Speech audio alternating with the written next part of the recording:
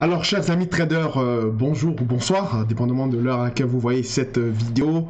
Mon nom est François Ablé, je suis content de vous retrouver à travers cette nouvelle, cette énième intervention donc sur la situation actuelle des marchés financiers. Comme vous le savez, très souvent, une fois, non, une fois ou 2 semaines ou 2 fois par mois, j'évoque donc la situation ou le contexte global des marchés financiers, de sorte à pouvoir aider les traders particuliers et ceux également qui suivent le GSTA à comprendre donc l'environnement dans lequel ils se trouvent pour ne pas donc faire des erreurs sur les marchés financiers. D'accord? Donc c'est donc une mise à jour ou en fait un état des lieux macroéconomique sur la situation actuelle. Et ça va permettre aussi de pouvoir, on va dire, faire un pont avec l'analyse, on va dire, macroéconomique et également fondamentale que j'ai donc dressée à travers un article pour évoquer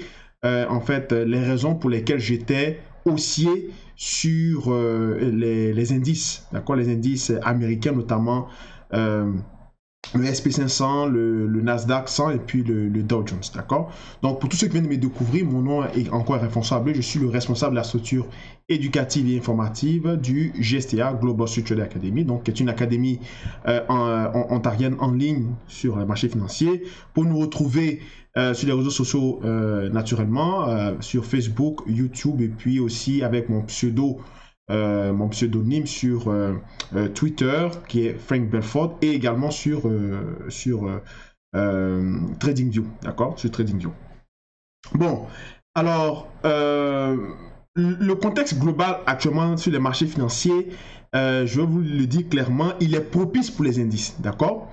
J'avais donc publié une analyse ou un article, d'accord, que j'ai mis sur mon site www.globalstructrader.com que j'avais donc diffusé sur les différents réseaux sociaux et aussi sur TradingView, d'accord. Donc j'avais expliqué pourquoi j'étais optimiste sur les indices à venir, d'accord. J'étais un peu sceptique parce que je m'attendais justement disons, à faire marche arrière pour pouvoir revoir vraiment si tous les facteurs que j'avais donc regardés au niveau des agrégats économiques étaient au vert pour aller dans le sens de mon analyse, d'accord?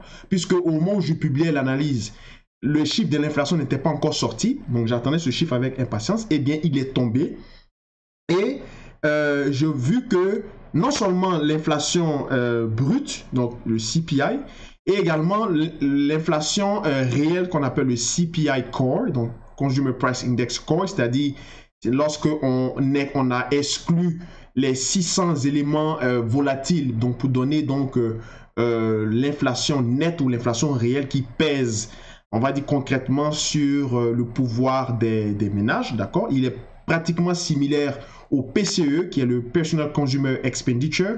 Donc, ces deux indicateurs, ces deux agrégats, en fait, montrent la dynamique inflationniste qui est en cours au niveau des ménages. Donc, c'est par rapport à ça qu'on va pouvoir savoir, on va avoir une idée claire sur la consommation, d'accord, le niveau de consommation des ménages américains et donc de pouvoir affirmer clairement que la spirale inflationniste est en marche. Eh bien, tenez-vous bien, les indicateurs sont sortis en recul, d'accord? Ils ont même atteint leur déviation standard, donc en anglicisme pour dire l'écart type, d'accord? Ils ont atteint leur déviation standard empirique qui était de 0,1%, d'accord? Donc la différence entre ce qui était attendu et ce qui a été publié est donc de 0,1%, puisqu'on attendait un chiffre à 0,3, d'accord? Pour confirmer donc que l'inflation est en marche malgré tous les efforts qui sont faits du côté des différentes banques centrales. Mais le chiffre a été publié à 0,2. D'accord? Donc, on a une différence de 0,1%. D'accord?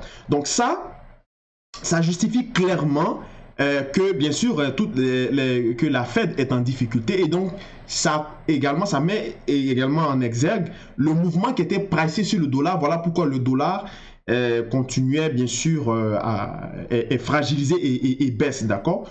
Donc, à ce sujet-là, peu importe, d'accord, les révisions probabilistique de la Fed avec bien sûr les Fed Funds et également les dot plots, c'est-à-dire sur la probabilité d'augmenter, c'est-à-dire non seulement la fréquence, est-ce qu'elle va augmenter de une fois, de deux fois, de trois fois, ou bien ne pas augmenter, et également la probabilité d'augmenter les taux d'intérêt ou de les diminuer sera, je crois, ne va pas être révisé parce que avec une telle inflation au niveau des ménages, je crois personnellement que la Fed ne va pas toucher les taux cette année ou alors va au moins, je dis bien au moins une seule fois, couper les taux d'intérêt de 25 points de base ou peut-être de 15 points de base, d'accord? Parce que actuellement, le niveau des taux d'intérêt est à 2,25 et 2,50. Voilà, dans une fourchette de 2,25 ou 2,50. Et donc, si la Fed se trompe pour baisser les taux d'intérêt maintenant, ça serait déjà trop tôt, d'accord, de pouvoir baisser les taux parce qu'elle n'aura quasiment pas de marge pour pouvoir intervenir sur les marchés financiers si on rentre bien sûr définitivement ou officiellement en récession, d'accord? Il faut que la fourchette des taux d'intérêt soit aux alentours des 3,5 à 4%. Ça, c'est le seuil, on va dire le seuil moyen empirique pour pouvoir, disons, avoir une marge de manœuvre sur les taux d'intérêt. Vous comprenez? Et on a bien sûr une analyse, par exemple, de la banque de Merrill Lynch, d'accord, qui a été interviewée récemment. C'est son nom qui m'échappe un peu, elle s'appelle Slima, quelque chose comme ça. Elle a évoqué, et je suis d'accord avec elle, que nous allons vers une japonification des différentes zones économiques, que ce soit la zone euro et la zone américaine ou la zone japonaise. Bon, vous savez qu'en général, quand on a souvent on va dire les entrées en récession, on commence toujours par l'Europe, d'accord, pour venir après aux États-Unis et après on finit au Japon, d'accord? Parce que d'abord ce sont les trois banques centrales, les trois grosses banques centrales au monde, celles qui émettent le plus de liquidités sur les marchés financiers, et aussi c'est-à-dire que ce sont les banques qui ont en fait des régimes de taux d'échange fixes à travers des politiques monétaires. Donc c'est à partir d'elles que les autres vont pouvoir s'ajuster pour pouvoir fixer les taux directeurs ou les taux planchers. Vous comprenez? Donc, au niveau donc, des indices américains, je vous avais donc présenté cette analyse que j'ai nommée donc, la trilogie indicielle des indices américains. Donc, jusque-là, mon scénario, d'accord, haussier, est en marche parce que si la Fed, justement, disons, est dans un environnement soit de maintien, d'accord, de ne pas toucher les taux d'intérêt ou de les couper au moins une seule fois, d'accord, si plus la probabilité s'agrandit, plus le dollar sera fragilisé et plus les indices vont monter. Voilà pourquoi j'ai publié cette analyse et je crois sincèrement que d'ici la fin de l'année ou bien même d'ici l'échéance mi-2020, le Dow Jones, le Nasdaq et le SP500 risquent de faire des nouveaux records, d'accord, parce que la Fed, à travers Jerome Powell, est pris dans un piège, d'accord? Je peux dire que Trump a quasiment réussi sa mission parce qu'il a mis en fait Jerome Powell au pied du mur et c'est comme si maintenant tous les acteurs du marché regardent Jerome Powell comme quoi c'est la Fed maintenant qui a le sort des États-Unis entre les mains à travers sa politique monétaire. C'est-à-dire que un faux pas de la Fed, Trump a placé Jerome Powell dans cette situation, c'est-à-dire un faux pas de la Fed risque d'empiéter sur, disons, les négociations, le bras de fer commercial qui se passe entre la Chine et les États-Unis. C'est pour ça que Trump avait dit la dernière fois, lors de son allocution à Washington, je pense le mercredi passé, il avait dit que si Jerome Powell baisse les taux, nous allons gagner ce bras de fer, d'accord? Donc c'est une façon de rejeter la faute donc sur la Fed pour dire que ce qui nous arrive, c'est à cause de la Fed, c'est la Fed qui doit nous suivre. Or, vous savez que il se pose un problème majeur, c'est qu'il faut que la Fed soit un organisme transparent et crédible, d'accord? Et ne pas suivre un dictat de la Maison Blanche. Donc, si Jerome Powell veut faire par exemple la politique, d'accord, s'il fait la politique, il va soit ne pas toucher les taux d'intérêt, donc être neutre, ou augmenter les taux d'intérêt. Mais s'il veut faire l'économie, s'il veut faire la finance ou l'économie monétaire, il sera obligé de couper au moins une fois les taux d'intérêt cette année.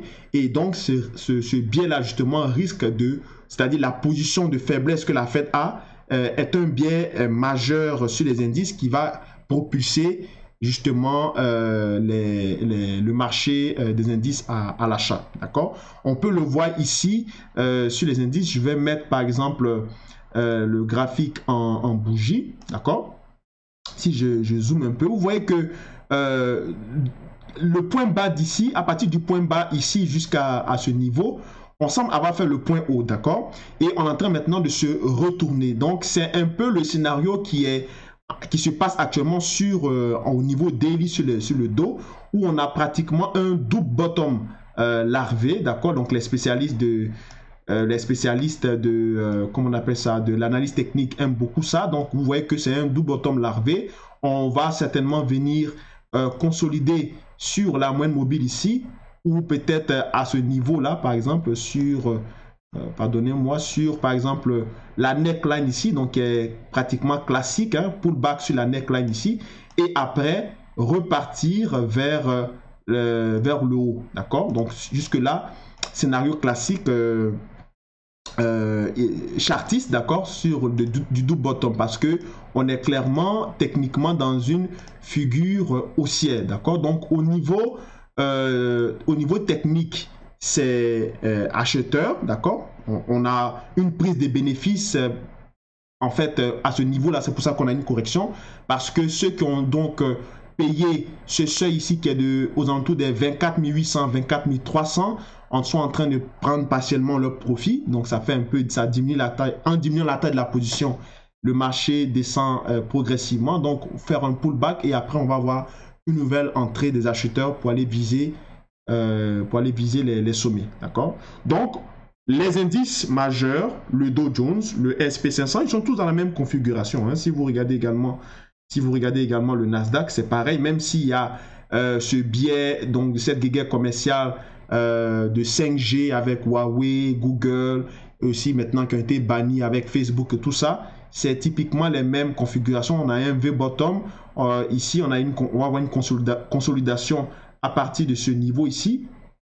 D'accord, je prends mon croissillon, je le mets là, vous voyez, à partir de ce niveau ici vers 7320 à peu près, et après encore on va avoir une poussée acheteuse pour aller chercher les différents sommets. Donc jusqu'à ce niveau là, il n'y a pas de surprise. Si vous tradez les indices, ne soyez pas surpris parce que nous sommes dans on va dire de manière technique, nous sommes dans une sorte de biseau d'élargissement ou bien de vague de l'autre, peu importe la connotation que vous allez lui prêter. Quand on est dans une des phases d'élargissement, c'est des figures qui tendent bien sûr à progresser lentement, d'accord, dépendamment de la tendance de fond, parce que c'est un élargissement de sommet, hein.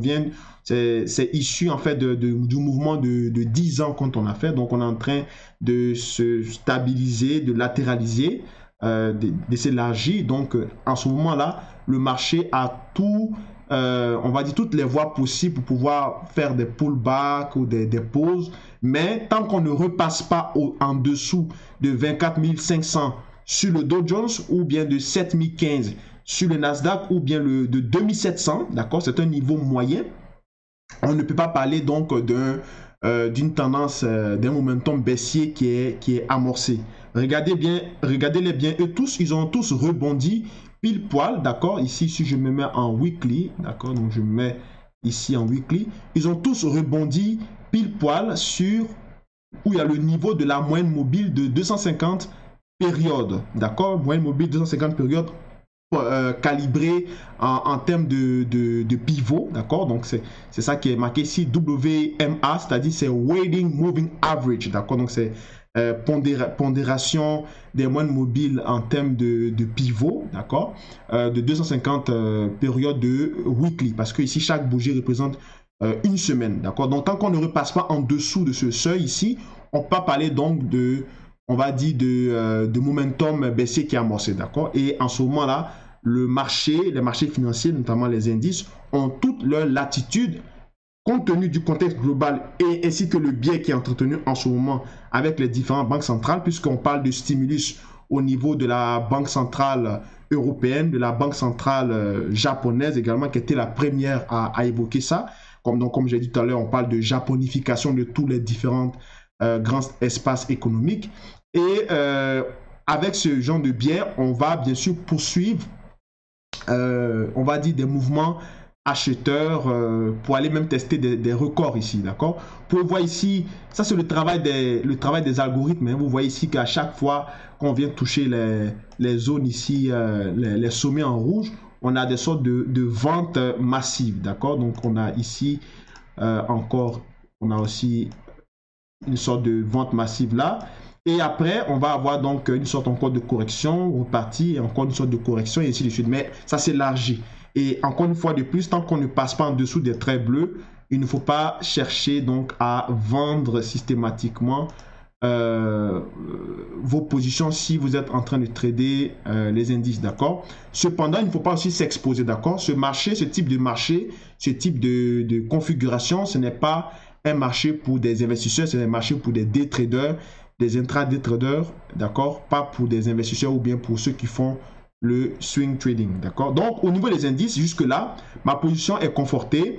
Je suis haussier donc pour le court et le moyen terme sur les marchés financiers compte tenu du contexte global macroéconomique et également aussi à cause des différents banques centrales. D'ailleurs, nous allons jeter un coup d'œil très rapidement sur le taux de rendement obligataire européen, donc le Bund, d'accord, l'euro Bund, je pense, attendez, je vais d'abord remettre le plein écran, ensuite je vais, voilà, donc euro Bund, donc il est ici, voilà, les obligations allemandes, hein, donc attendez, c'est plutôt, voilà, l'Eurobond. Voilà. Donc vous voyez, le taux de rendement obligataire européen, d'accord, donc qui est fortement pondéré avec le Bund, donc le taux de rendement obligataire allemand, 10 ans, échéance 5 ans, 10 ans et 30 ans. Vous voyez que l'Euro-Bund est pratiquement à péter les plombs, là. Il continue de monter. Vous savez pourquoi il monte? Parce que le biais d'un stimulus au niveau de l'Europe est activé, c'est-à-dire qu'on s'apprête à injecter beaucoup d'argent dans le système européen pour le soutenir parce qu'on voit que l'inflation, d'accord, ne suit pas la croissance tant soutenue, d'accord, parce que vous savez que le taux de rendement, le taux d'emprunt obligataire et donc la dette en tant que telle doit être corrélé inversement avec l'inflation, c'est-à-dire que plus le taux de rendement, le taux d'emprunt obligataire plonge, d'accord, donc comme ici, on voit bien le Bund, je l'avais mis tout à l'heure, le taux de rendement obligataire allemand, je vais le remettre. Voilà.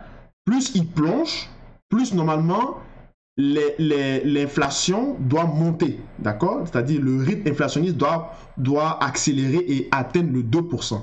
Sauf que ça ne se passe pas comme ça. C'est-à-dire qu'actuellement, malgré tous les efforts de la Banque centrale, ce taux-là, en fait, il tend simplement à se stabiliser, à stabiliser les indices, à stabiliser les chiffres inflationnistes, mais il ne pousse pas l'inflation, c'est-à-dire il ne provoque pas au niveau de la consommation un élan inflationniste. Alors qu'au niveau des taux de rendement obligataires européens, donc le Bund, il est en hausse, c'est-à-dire que les opérateurs économiques sont aptes à collecter on va dire des emprunts, d'accord, des emprunts pour les échéances de 10 ans ou de 30 ans parce que ils voient que le système monétaire fait, disons, des efforts pour injecter de la liquidité, d'accord? Et c'est ça qui embête justement la Fed, donc les États-Unis, et puis aussi la Banque centrale. Parce que ce que vous ne savez pas, ou pour ceux peut-être qui ont oublié, depuis 2012, la Fed était supposée augmenter les taux d'intérêt, d'accord, pour, on va dire, soutenir la croissance ou l'expansion qui était en cours depuis 2010. Je vais remettre donc le SP500 ici. Et en ce moment, on était sous la gouvernance de, je crois, de la fin du mandat de Ben Bernanke et l'entrée donc de Janet Yellen, c'est-à-dire en 2012, c'est-à-dire ici. Vous comprenez? Donc c'est à partir de là que la Fed normalement devait augmenter le taux d'intérêt pour supporter donc cette croissance fulgurante des indices. Sauf que ça n'a pas été fait, les taux ont été maintenus bas, d'accord? Et puis on est arrivé donc en 2014 où la Fed également a communiqué ses envies claires d'arrêter justement le programme de QE, donc de quantitative easing pour soutenir les indices. Et elle n'a pas vraiment appliqué cela parce que les indices ont continué à progresser, elle n'a pas augmenté encore les taux d'intérêt, d'accord? Donc, Jerome Powell, en fait, il hérite de la maladresse de sa prédécesseuse, qui était Janet Yellen, et lui, en ce moment, il était son assistant, d'accord, de sa politique ultra accommodante, malgré qu'on ait une croissance fulgurante des indices américains, d'accord? Voilà pourquoi aujourd'hui, on parle donc de japonification des différents taux majeurs, parce que le Japon, si je le cherche ici, je vais voir si je peux le trouver. Donc Japan 10, est-ce que je peux le trouver ici? Les taux d'intérêt japonais, peut-être JN, on va voir ici 10. Bon, je ne l'ai pas préparé, mais je voulais voir si je pouvais le retrouver. Japan, voilà, ou peut-être JPN 10, non, JP10, bon voilà, c'est JP10, d'accord. Donc vous voyez, les taux de rendement obligataires japonais, vous voyez comment c'est-à-dire que depuis, ça c'est parce qu'on n'a pas assez de données sur TradingView, ça s'arrête en 2007, mais sinon le graphe historique depuis les années 80, d'accord, parce que vous savez que le Japon a souffert de la déflation depuis au moins plus de presque 3 décennies, d'accord, ils sont quittés des taux d'intérêt positifs, d'accord, qui descendaient, qui diminuaient, à des taux d'intérêt négatifs, c'est-à-dire ils sont allés même en dessous de 0, d'accord.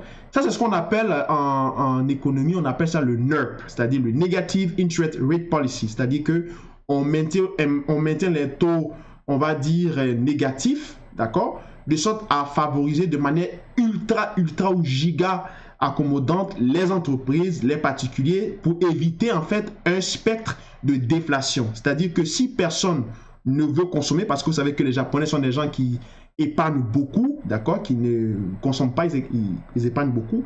Donc, si il n'y a pas, en fait, on va dire, une grosse spirale de consommation, on peut avoir, on va dire, des relents de déflation parce que la machine des dépenses n'est pas activée. Les gens ne dépensent pas beaucoup, ils conservent l'argent. Donc, ce qui tend à faire diminuer les prix, d'accord, sur les marchés financiers, et bon, les prix au niveau du Japon, et donc peut constituer donc un risque de déflation. Les Japonais ne sont pas comme les Américains qui dépensent beaucoup, d'accord, ce sont les gens qui conservent beaucoup leur argent. Et ça peut mettre, ça met un impact sur, on va dire, les gérants de fonds à travers ce qu'on appelle la duration. Donc, en ce qui concerne un portefeuille d'obligations ou bien la valeur même d'une obligation, parce que la duration, déjà, c'est la mesure de la sensibilité d'une obligation ou d'un portefeuille d'obligations, d'accord? Et en général, plus la mesure plus la duration est, c'est-à-dire augmente ou descend, plus elle évolue, et plus le changement dans la valeur de l'obligation ou dans la valeur du portefeuille, d'accord, résultant des variations des taux d'intérêt aussi peut être important ou très faible. Voilà pourquoi lorsque les gérants de fonds perçoivent que l'économie ne se porte pas bien, qu'est-ce qu'ils vont faire? Ils vont aller se réfugier dans les bonds, c'est-à-dire ils vont aller commencer à acheter collectivement les bonds s'ils perçoivent que détenir de l'argent est moins cher, d'accord, comparativement à si détenir de l'argent devient trop cher. Quand par exemple la Fed augmente les taux d'intérêt, ils vont se débarrasser de tous les actifs de bonds, d'accord. Donc ça c'est le travail d'un gérant de fonds sur les obligations. Donc voici un peu le contexte global des marchés, et dans ce cas-ci, tout ce que vous avez à faire, c'est de ne pas être exposé sur les marchés, comme je l'ai dit. Vous pouvez simplement prendre des positions en intraday, c'est-à-dire choper des points bas, choper des points hauts et puis shorter ou payer. Bon, comment on chope des points bas, comment on chope des points hauts. Ça, c'est bien sûr dans l'information que j'apprends à mes étudiants. Mes étudiants savent très bien le faire et n'importe quel professionnel des marchés est capable d'avoir au moins à 80% près le point bas à rentrer et puis le point haut à prendre des profits. D'accord? Ce sont des choses que en tant que professionnel, vous devez savoir. Si ce n'est pas le cas, cherchez donc à le faire parce que c'est très important. En bourse, on ne traite que les prix. D'accord? On ne traite pas des indicateurs. Et dans cette mesure-là, vous pouvez donc voir clairement pour savoir si les points bas ont été faits de façon macroéconomique, de façon globale, en comparant le taux de 10 ans taux de 10 ans allemand avec le taux de 10 ans américain qui est donc je crois le T-Note, pardonnez-moi, le T-Note c'est donc, allez, c'était US 10 years, donc celui-là, voilà. On le compare avec celui du Japon, on avait dit c'était JP 10, voilà. Si je me mets en données daily, vous allez voir, vous voyez que ils sont tous en dessous de 0, d'accord? Ils sont tous en dessous de 0 de façon historique parce que c'est les trois banques centrales, c'est-à-dire en termes de performance, elles sont toutes en dessous de 0. L'une a à moins 41% de performance, l'une a moins 105% et l'une a moins 108%. Donc vous voyez que la bleue et la blanche, c'est-à-dire Allemagne et puis Japon, ont pratiquement et similairement les mêmes taux d'intérêt, d'accord, sur le long terme. Ils sont déjà dans un taux négatif. Mais entre le Japon, d'accord, entre le Japon et l'Allemagne, je peux dire que ce sont les Japonais qui ont le taux d'intérêt le plus sécuritaire au monde parce que leur dette est détenue par les Japonais eux-mêmes, d'accord? Ce qui est un peu mitigé au niveau de l'Allemagne, d'accord? Même si les Allemands sont plus sécurisés que les Italiens ou bien et ainsi de suite, vous comprenez? Et même les Américains, parce que la plupart de la dette américaine est détenue par les bailleurs de fonds chinois, voilà. Donc, je vais m'arrêter là. Alors, merci encore d'avoir suivi ce petit éclaircissement. Alors, si vous n'avez pas compris, n'hésitez pas à laisser des commentaires en dessous de la vidéo. Je ferai un plaisir de vous lire et de vous répondre. Sinon, d'ici là, gardez la forme. Soyez prudents sur les marchés, d'accord? Et puis, n'hésitez pas à écrire à contact@globalstreettrader.com ou bien à jeter un coup d'œil sur notre site internet qui est le www.globalstreettrader.com, d'accord? Et puis aussi de nous écrire si c'est pour aussi vous avez des questions par rapport à ce que j'ai exposé ou aussi pour les formations qui sont donc en préparation et bientôt nous allons donc commencer les différentes formations sur l'analyse fondamentale en macro appliquée au trading, d'accord? C'était donc François Abbé du GSTA Canada. Merci encore d'avoir suivi cette émission, cette intervention. On se retrouve donc pour d'autres interventions. Allez, passez une bonne soirée. Au revoir.